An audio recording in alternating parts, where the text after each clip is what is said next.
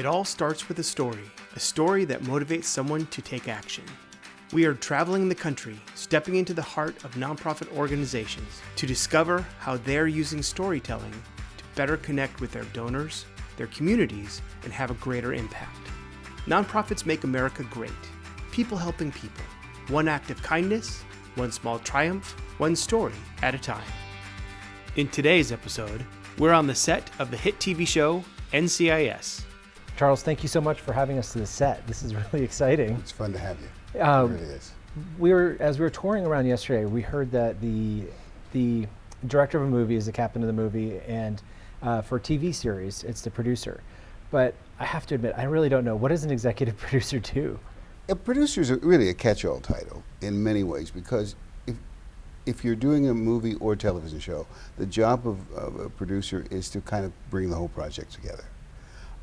And that means you have to look at where you get the material, the script. But first you have to have a story. We have to have meetings all the time on the script and the story, because each department head has to know what to do to prepare his or her department for each day of the 8 days. And well, tell us about that. Well, because it's a bit like an executive producer at a nonprofit, because you've executive got director. Sorry, much like an executive director at a nonprofit, Right. where you have communications, you have fundraising, you have programs. I mean, you have different categories of people. Yeah, Experts. it sounds very similar in But- terms of how you So distribute. you need to lead everybody. Yeah. Just like an executive director.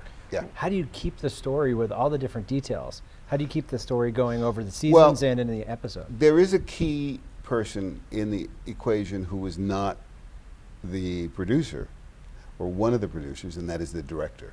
In television, the series itself has the overall arc of what it's all about. But then each episode serves a different purpose. So we have directors who come in, but a director comes in and says, I get this, the vision for this episode is such and such. But that has to be in tune with what we feel it is as well, but usually we're in sync.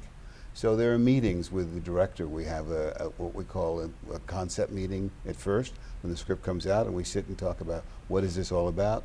We have each department head in the meeting. This is kind of analogous to, I'm sure, how nonprofits work with filling information in. And then we do what is called tone meetings, where each department sits with the director and probably one producer who oversees the preparation of the show and goes over what that vision is for that department for that episode. Wow. So producers and executive producers like myself are there to oversee the whole package every day for 24 episodes, 40 some weeks a year. Each episode seems like it holds its own. People can enter in. They do. They hold their own. I mean, there are certain things that are constant in that way. But you have to sit down in the beginning of a season and figure out, okay, what do we want to do this season? And when you've been on as long as we have, you have to sort of reinvent yourself in the storytelling department, because audiences aren't going to come back year after year and see the same thing. So you really have to sit down and we do with our writers, and we sit down and we have 8 or 10 of them, and we go, okay, this is what we'd like to do for the year. What do you like to do? And then ideas come forward, and we start to look at them. And the showrunners, we have 2 really wonderful showrunners who are writers. They sort of lead that, and then everybody sort of gets their marching orders in terms of what they're going to write for the year. See, that is amazing to have a television show that goes on for 15 years. And you had Magnum, which went on forever. Magnum went on for 8 seasons. Rockford Files, Rockford Jag. Files went on for 7 or 6. Jag went on for 9. And it actually went on for 10. I only did 9. Well, do you ever feel like you have the magic touch or Midas touch? That's an interesting question. I feel I've been very fortunate. You seem to be... I don't know about magic touch, but I feel I've been very fortunate, because it's an industry where people don't get continuity of work for 46 years. Wow. And I have never been out of work in 46 years. The interesting thing about NCIS, though, how do you keep the hits going, all of them, is that I think NCIS hit a magic formula to do drama with humor. And that's hard to accomplish. Lots of shows try it. Not all shows are successful at it. if you watch NCIS, you can be in the autopsy room with Ducky and his assistant, and you can have humor over the body, and you could be doing a very serious thing about an autopsy and whatever, but we find ways of interweaving the humor. They can be on a crime scene, the agents can be on a crime scene, and yet there's humor in terms of what they do. But part of that is that that's what life is about. It's authentic. It's very authentic. You go to a memorial service, and you find humor about the person at the memorial service. After it's over, we kind of laugh and joke about who they were a lot of times. And you would think that's not a place for any kind of levity, but it is, because that's what life is all about. And that's what I think NCIS has been the secret. Now, I've been lucky enough to work on shows that have that magic formula. So question. Yeah. You have a great big fan base. You're on year after year after year, super successful. People continue to watch you. How do you know what they need? How do you know what they want? Do you talk to fans? Do you poll people? Is it just the Nielsen ratings that you pay attention to? How do you know what content to put out there as far as the story goes? That's a really, really interesting question. You know, I think once you have a franchise, which is what NCIS is and which most of the shows are, in terms of what the show is all about, you have to figure out who that audience is that wants to watch that kind of show.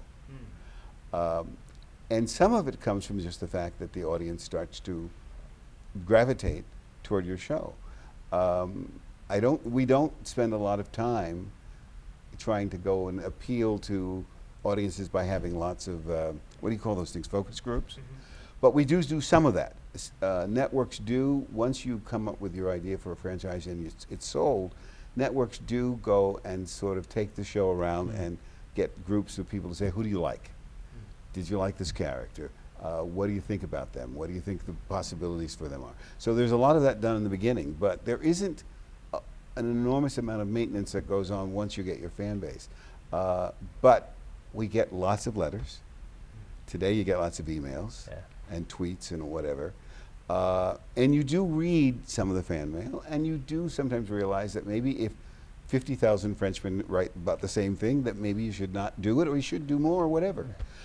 There was an interesting relationship, story-wise, on NCIS with the character of Donoso and the character of was played by Cody DiPablo, Ziva. And they started to develop into a relationship which was a social relationship which people thought were boyfriend-girlfriend, although they weren't supposed to date each other within the office. But the audience became very attached to them. I think we also realized that and played up, sort of in a way, the relationship without promoting it as a, you know, more of a boy-girl relationship. And when Cody left the show in year 11, there were lots of people who were very unhappy. I'll raise my hand. You were one. Me too. Okay. Oh yeah. And felt like, you know, we lost a real element of the show. And so when you are doing It'll that, never be the same again. well, and you can't get on. that, Yeah. and there are people who say we'll never watch, Right. and you know, you go, well, is that true? Whatever. But then you have to go, okay, then how do we, story-wise, how do we fix that, move on, bring in new characters, and at least make the audience feel like, you know, the harm was not irreparable. And we've been very fortunate to be able to move on, keep the audience, and not have them totally defect us. But there are people who write every week and say we want them back together, or I don't watch it like I used to because, but our ratings have not really decreased that much. Interesting. So we have got, okay, we understand that's out there. And then there are people who write every week and are unhappy with sometimes the way the shows, the arcs are going, but then they're still watching. And you want to go, why are you still watching if you don't like the show? Now, see, that's really interesting Yeah. because with a nonprofit, Yeah. a lot of times what they hear are the bad things, or Yes. what a board member says, oh, I don't like this. You Yeah. need to change that in the Yeah. appeal or whatever. But in reality, it probably doesn't matter. You shouldn't put so much weight on the negative. I don't think you can.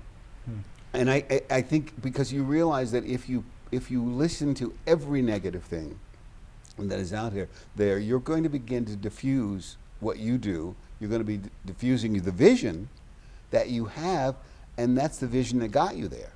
So you do read it sometimes. Sometimes we can't escape it.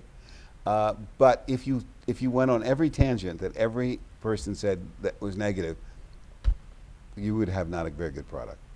So you have to have the courage of your convictions as well. But there has to be, I'm sure in nonprofits the same thing, there has to be an overall vision that someone in the organization has in terms of what the mission is and how you execute that mission and how you constructively get out and make it a reality.